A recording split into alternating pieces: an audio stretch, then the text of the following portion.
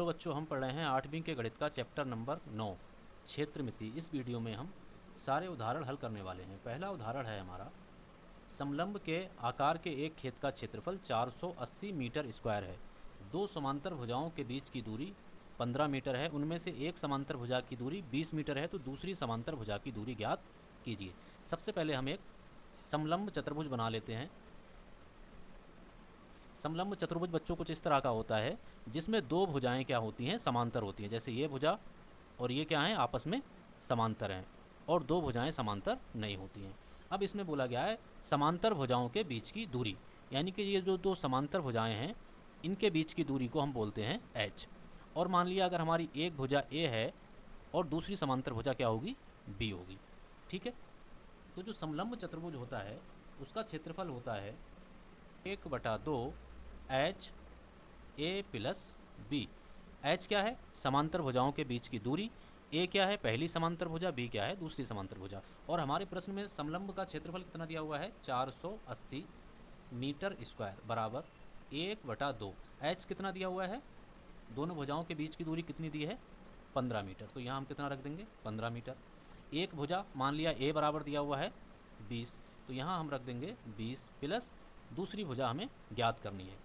तो ये हो जाएगा बच्चों 480 बराबर 15/2, और ये है 20 प्लस b। तिरछी गुणा कर देंगे तो ये हो जाएगा 480 गुणा 2 बराबर 15 गुणा 20, अंदर गुणा कर देंगे प्लस का 15b। तो 480 की गुणा करेंगे 2 और 2 अट्ठे 16 के 6 और 2 चौक 8 एक 960 हो जाएगा। और ये हो गया बच्चों 15 दूनी 30, 300 और प्लस का 15b। ठीक है, अब हम क्या करेंगे, 15b को हमने यहीं छोड़ा और 960 इधर हम 300 को दूसरी तरफ भेजेंगे। जब भी हम किसी संख्या को दूसरी तरफ भेजते हैं तो उसका चिन्ह हमेशा बदल जाता है। तो यहाँ पर 300 क्या था, प्लस का, और इधर आके क्या हो गया, -300। तो 15b बराबर हो जाएगा बच्चों, 15b 960 में से 300 जाएगा तो 660 और b निकालना है तो हम क्या करेंगे, तिरछी गुणा कर देंगे, b से भाग दे देंगे 660/15। तो ये कितना आएगा, 15 चौक 60 और 15 चौक 60, 44 मीटर हमारी दूसरी भुजा आई। b बराबर कितना आया, 44 मीटर। ठीक है, समलंब हमें याद रखना है, समलंब में आमने सामने की दो भुजाएं क्या होती हैं, समांतर होती हैं। ठीक है, अगला है, एक समचतुर्भुज का क्षेत्रफल ज्ञात कीजिए और विकर्णों में से एक समचतुर्भुज का क्षेत्रफल 240 सेंटीमीटर स्क्वायर है और में से एक की लंबाई 16 सेंटीमीटर है। दूसरा विकर्ण ज्ञात कीजिए। देखिए समचतुर्भुज का क्षेत्रफल क्या होता है 1/2 d1 गुणा d2। यहाँ d1 क्या है, पहला विकर्ण है, और d2 क्या है, दूसरा विकर्ण है। समचतुर्भुज का क्षेत्रफल कितना दिया हुआ है, 240 सेंटीमीटर स्क्वायर 1/2।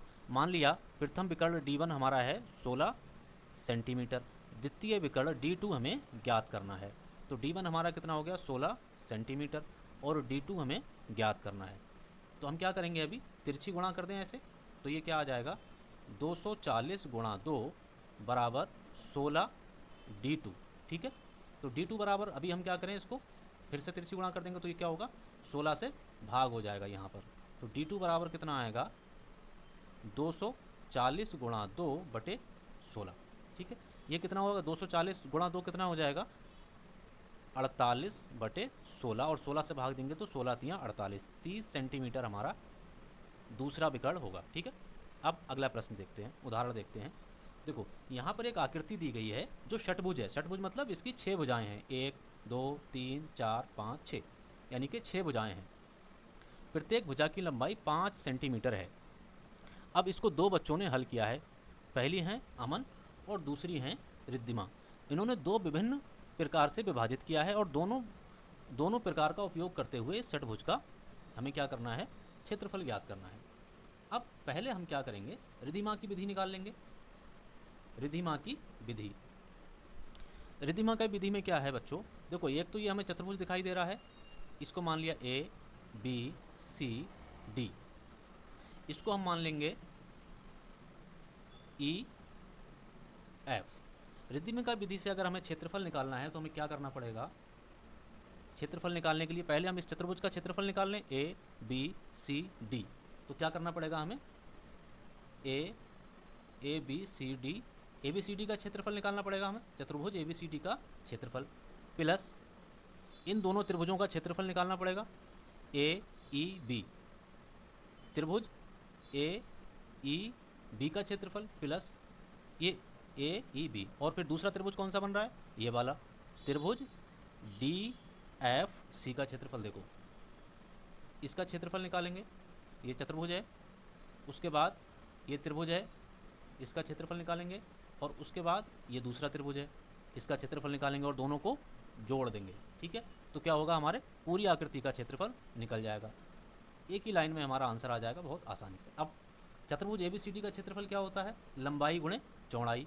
अब यहाँ हमें लंबाई कितनी है, ये देखो ये 8 सेंटीमीटर है, तो ये हमारी हो गई 8 सेंटीमीटर। ये कितना है बच्चों, 5, तो ये हो गया हमारा 5 सेंटीमीटर। तो लंबाई गुणे चौड़ाई, चतुर्भुज का क्षेत्रफल क्या होता है, लंबाई गुणे चौड़ाई प्लस त्रिभुज का क्षेत्रफल क्या होता है, 1/2 ऊंचाई गुणे आधार, ऊंचाई गुणे h गुणा b। ठीक है, और इसका भी 1/2 h गुणा b। अब इसकी लंबाई चौड़ाई क्या है, लंबाई की 8 सेंटीमीटर, चौड़ाई 5 सेंटीमीटर, तो ये हो गया 8 गुणा 5 प्लस इस चतुर्भुज का आधार कितना है, देखो 1/2। सबसे पहले हम क्या करेंगे, ऊंचाई निकाल लेंगे। ऊंचाई कौन सी है, ये क्या है इसकी ऊंचाई। ऊंचाई कैसे निकलेगी, देखो टोटल कितना है 11। ठीक है, टोटल कितना है 11। 11 में से अगर ये वाला हटा दें हम 5, तो कितना बचा 6, और 6 में इधर कितना आ जाएगा 3, ये हो गया 3 सेंटीमीटर। तो इसकी ऊंचाई कितनी हो गई 3 सेंटीमीटर। ठीक है, 3 गुणा और आधार कितना है 8, और क्योंकि ये दोनों त्रिभुज समान हैं तो इनकी दोनों का ऊंचाई भी 3 गुणा 8 सेम होगा। तो ठीक है, अब ये कितना हो गया 8 पंजे 40, और ये हो जाएगा प्लस 2 से काटेंगे तो 4, तो 4 तियाँ 12 प्लस इसका भी उतना ही आएगा 12, तो 12 दूनी 24 और 40 कितना हो गया 64 सेंटीमीटर स्क्वायर। ये हो गया हमारी रिद्धिमा का विधि से इसका हल। ठीक है, अब दूसरी विधि है अमन की। अमन की विधि बहुत आसान है, एक बार में इसका हल निकल जाएगा। देखो अमन ने क्या किया, इसको बीच से काट दिया। अभी हमने बताया था समलंब चतुर्भुज की दो भुजाएं क्या होती हैं, समांतर होती हैं। तो देखो ये भुजा, ये वाली भुजा और ये NQ भुजा क्या है, समांतर है। तो ये एक समलंब चतुर्भुज बन गया, QRMNQ, ये एक समलंब चतुर्भुज हो गया। दूसरा क्या हो गया NOPQ, तो ये पहला हो गया, ये दूसरा हो गया। ठीक है, तो ये पहला हो गया, ये दूसरा हो गया, और दोनों क्या हैं, बराबर हैं। तो हम क्या करेंगे, अमन की विधि से क्षेत्रफल अगर हम निकालेंगे तो क्या निकल के आएगा, समलंब का क्षेत्रफल। समलंब का क्षेत्रफल क्या होता है 1/2 गुणा HA प्लस B। क्योंकि यहाँ पर दो समान समलंब चतुर्भुज हैं तो हम इसको क्या करेंगे 2 से गुणा कर देंगे। 2 से 2 कट जाएगा, तो जो हमारा फाइनल बचेगा वो क्या आएगा HA प्लस B। अब हमारा टारगेट है कि H क्या होता है, समांतर भुजाओं के बीच की दूरी। तो हम क्या करें, पहले समांतर भुजाओं के बीच की दूरी निकाल लें।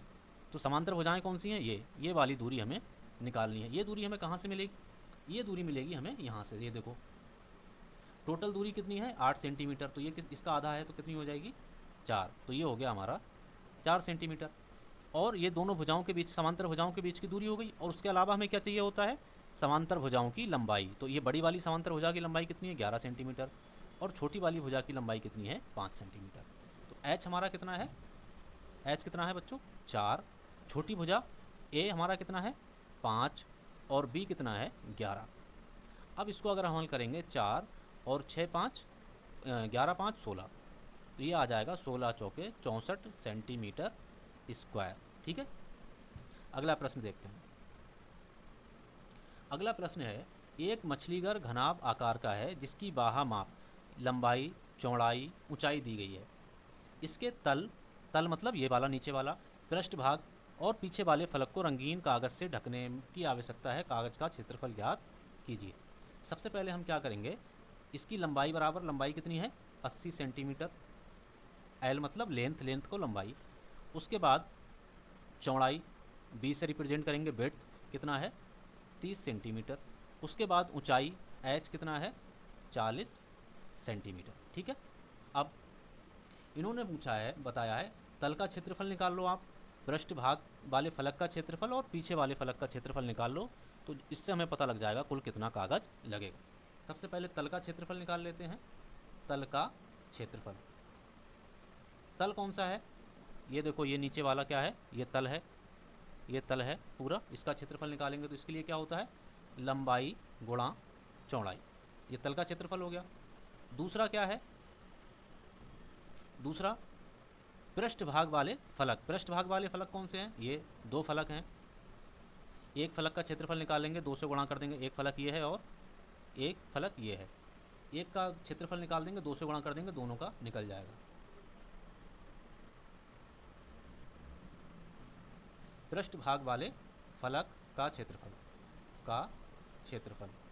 क्या होगा, ऊंचाई, ऊंचाई h, चौड़ाई गुणा ऊंचाई। चौड़ाई कितनी है b और ऊंचाई h, ठीक है, ये हो गया। उसके बाद बोला है पीछे वाले फलक का। पीछे वाला फलक कौन सा, ये पीछे वाला फलक है पूरा। पीछे वाले फलक का अगर हमें क्षेत्रफल निकालना हो तो कैसे निकालेंगे,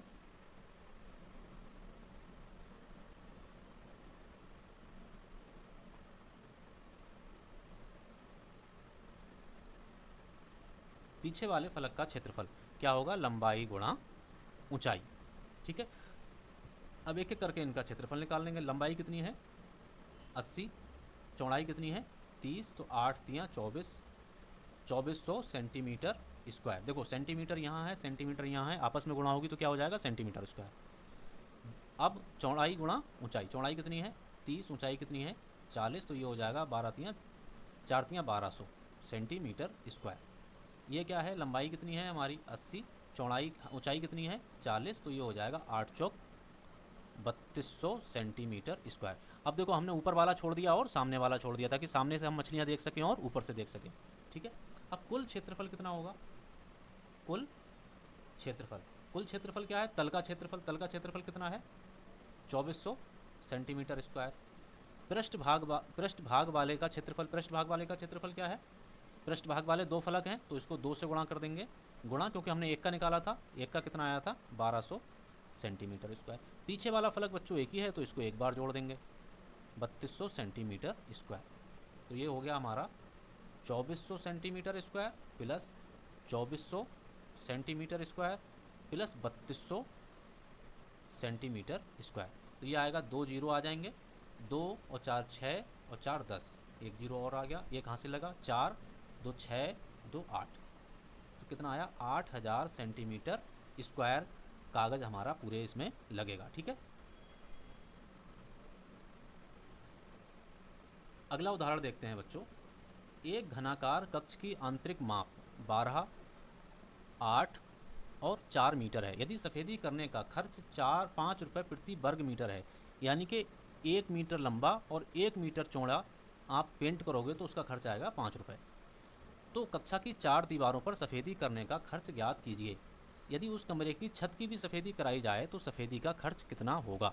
देखो बहुत ही आसान है।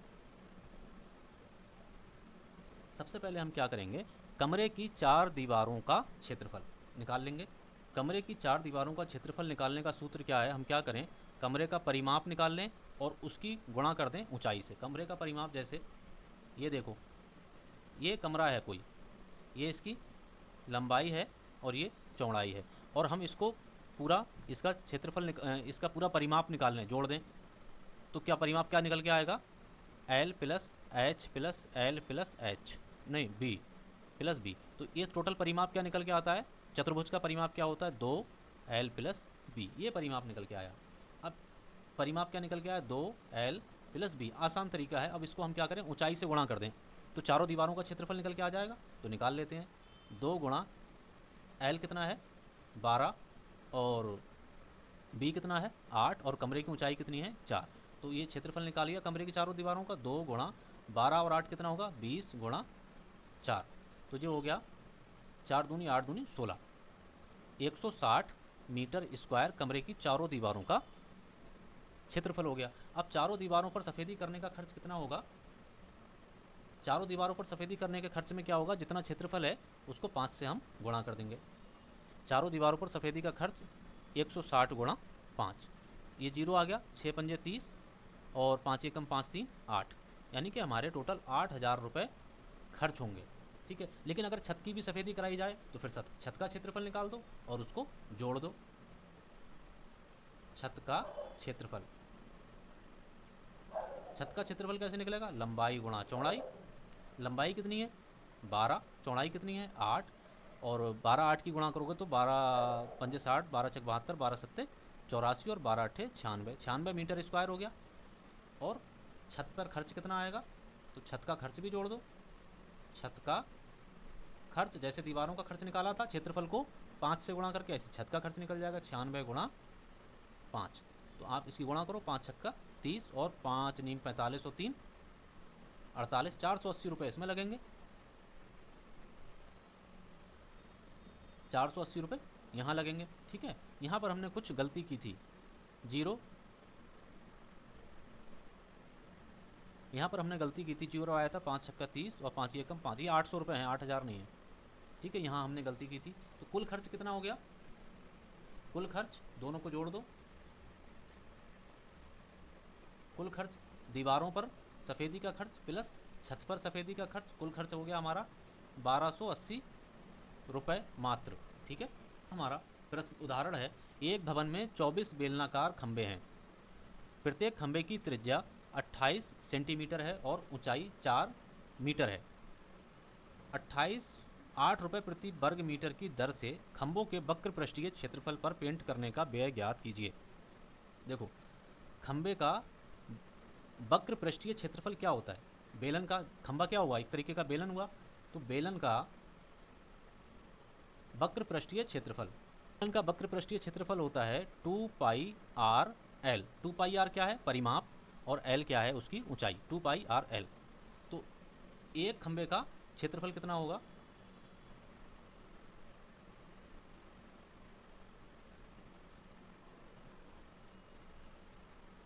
एक खंबे का क्षेत्रफल 2 गुणा पाई गुणा आर कितना है?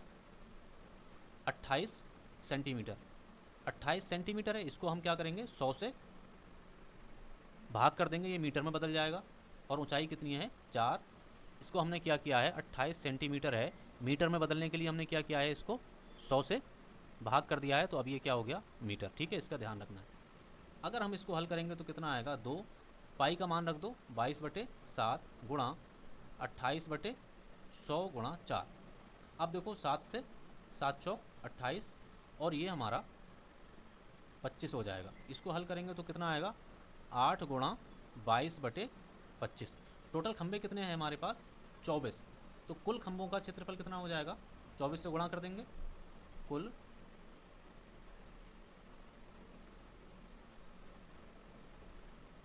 खंबे का क्षेत्रफल 24 गुणा एक खंबे का क्षेत्रफल 8 गुणा 22/25, ये निकल के आया था बच्चों। अगर इसको हल करेंगे तो कुल खंभों का क्षेत्रफल निकल के आएगा 168.96 वर्ग मीटर।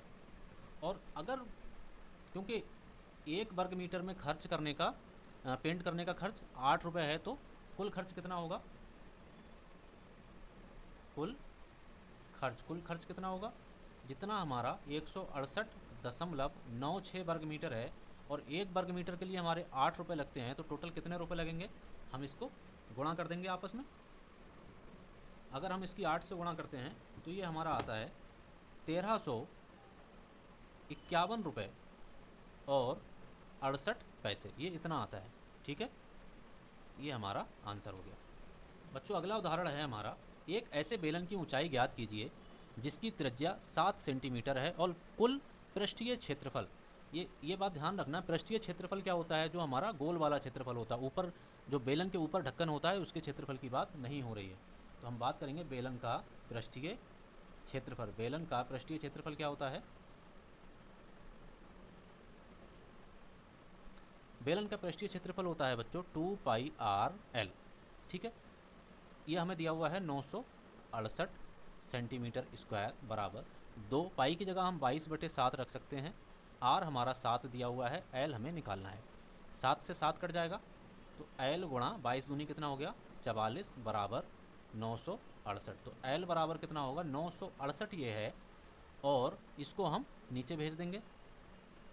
जब भी कोई संख्या अगर गुणा में होती है और उसके हम दूसरी तरफ भेजते हैं तो वो भाग में आ जाती है। 44 दूनी 88 और 44 दूनी 88, 22 सेंटीमीटर इसका हमारी लंबाई होगी। ठीक है, अगला उदाहरण देखते हैं। एक ऐसे घनाभ की ऊंचाई ज्ञात कीजिए जिसका आयतन 275 सेंटीमीटर स्क्वायर है और आधार का क्षेत्रफल 25 सेंटीमीटर स्क्वायर है। आयतन क्या है? 275 सेंटीमीटर क्यूब यानी कि घन, और क्षेत्रफल कितना है? 225 ओनली 25 सेंटीमीटर स्क्वायर यानी कि वर्ग स्क्वायर। ठीक है, घनाभ का आयतन क्या होता है? घनाभ का आयतन बराबर लंबाई गुणा चौड़ाई, ऊंचाई गुणा चौड़ाई, या हम इसको ऐसे ही लिख सकते हैं, लंबाई गुणा चौड़ाई और बाद में ऊंचाई।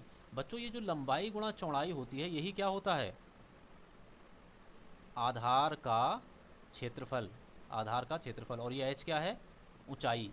h क्या है? ऊंचाई। तो घनाभ का आयतन हमें कितना दिया हुआ है? 275 सेंटीमीटर क्यूब, और आधार का क्षेत्रफल कितना दिया हुआ है? 25 सेंटीमीटर स्क्वायर। 25 सेंटीमीटर। हमसे पूछा क्या है? ऊंचाई ज्ञात कीजिए गुणा h। तो h बराबर कितना होगा? 275, 25 गुणा में है तो दूसरी तरफ भेजेंगे किस में आ जाएगा? भाग में। तो 25 एकम 25। ठीक है, और फिर हम इसको करेंगे, ये आ गया हमारा 25 एकम 25 और 25 एकम 25, 11 सेंटीमीटर इसकी ऊंचाई होगी घनाभ की। ठीक है, अगला उदाहरण देखते हैं। एक घनाभकार गोदाम जिसकी माप 60 मीटर है, 40 मीटर है, 30 मीटर है, इसके अंदर कितने घनाभकार डिब्बे रखे जा सकते हैं यदि एक का आयतन 0.8 मीटर स्क्वायर है? एक बड़ा सा घनाभ है, मान लिया यहाँ पर कोई, ये बड़ा सा घनाभ है। ठीक है, इसको हम प्रॉपर बना लेते हैं पहले। इस तरीके का ही होता है घनाभ। ठीक है, ऐसे ये लाइन है यहाँ से, ये एक बड़ा सा डब्बा है। अब हमसे पूछा जा रहा है कि इसमें छोटे छोटे कितने डिब्बे रख सकते हो, इस तरीके से कितने डिब्बे छोटे छोटे रखे जा सकते हैं। तो हम क्या करेंगे? बड़े डिब्बे का आयतन निकाल लेंगे और छोटे वाले डिब्बे के आयतन से हम भाग कर देंगे, जिससे हमें पता चल जाएगा कि इसमें कुल कितने डिब्बे छोटे वाले रखे जा सकते हैं। तो घनाभ का आयतन क्या होता है? घनाभ का आयतन लंबाई गुणा चौड़ाई गुणा ऊंचाई। लंबाई 60, चौड़ाई 40, ऊंचाई 30। अगर हम इन सब की गुणा करेंगे तो जो हो गया 60 और 4 तियाँ 1200 और 12 छक्का 72, 12 छक 72 और ये 2 और ये 3, 72,000 मीटर क्यूब। 72,000 मीटर क्यूब कुल आयतन है। ठीक है, तो डिब्बों की संख्या अगर हमें निकालनी है, छोटे डिब्बों की संख्या, छोटे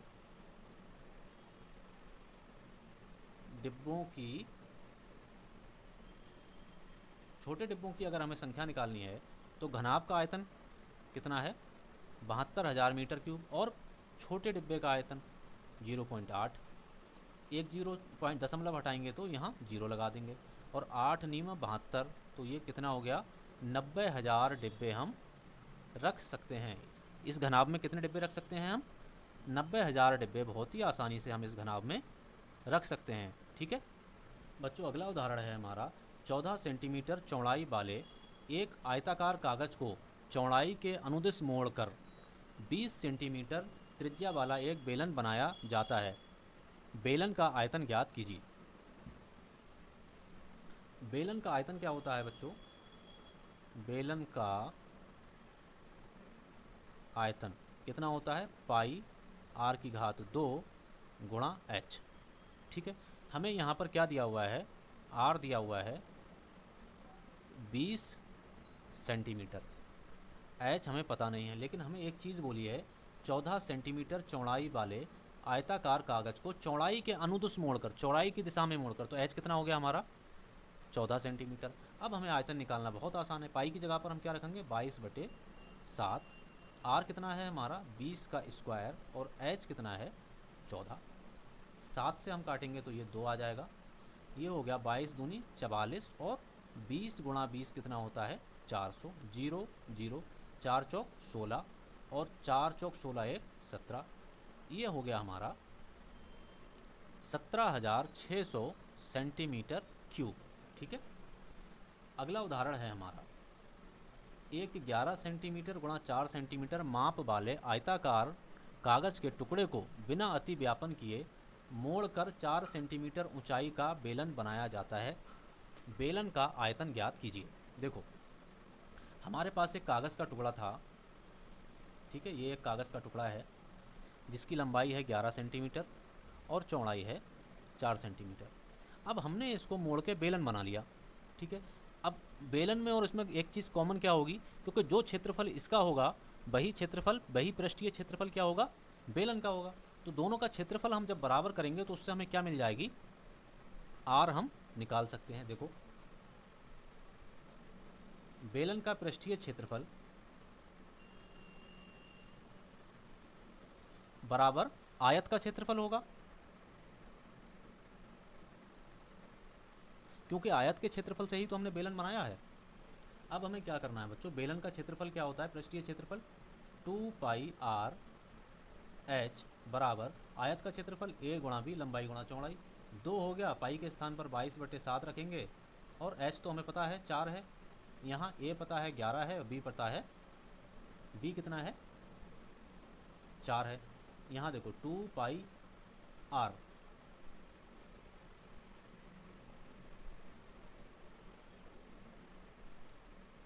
यहाँ बच्चों 2 पाई का मान कितना होता है 22/7, आर हमें पता नहीं है, निकालना है। एच का मान कितना है 4, लंबाई गुणा चौड़ाई 11 गुणा 4, 4 से 4 कट जाएगा। आर का मान निकालना है तो हम क्या करेंगे, तिरछी गुणा कर देंगे, 11 गुणे 7 हो जाएगा और नीचे 22 गुणा 4 हो जाएगा। ठीक है। अब 11 दूनी 22, ठीक है, नहीं 22 गुणे 2, ये 2 ही तो है, 11 दूनी 22, तो ये हो गया 7/4। आर का मान निकल गया। अब आर का मान निकल गया तो बेलन का आयतन बहुत आसानी से हम निकाल सकते हैं। बेलन का आयतन कितना होता है, पाई आर स्क्वायर एच। पाई तो हमें पता है, पाई कितना है 22/7, आर का स्क्वायर, आर कितना है 7/4 का स्क्वायर, गुणा एच कितना है 4। तो ये हो गया हमारा 22/7। इसको इसका स्क्वायर खोलेंगे, इसका वर्ग खोलेंगे तो ऊपर आएगा 49 और 4 का वर्ग आता है 16 और ये हो गया 4।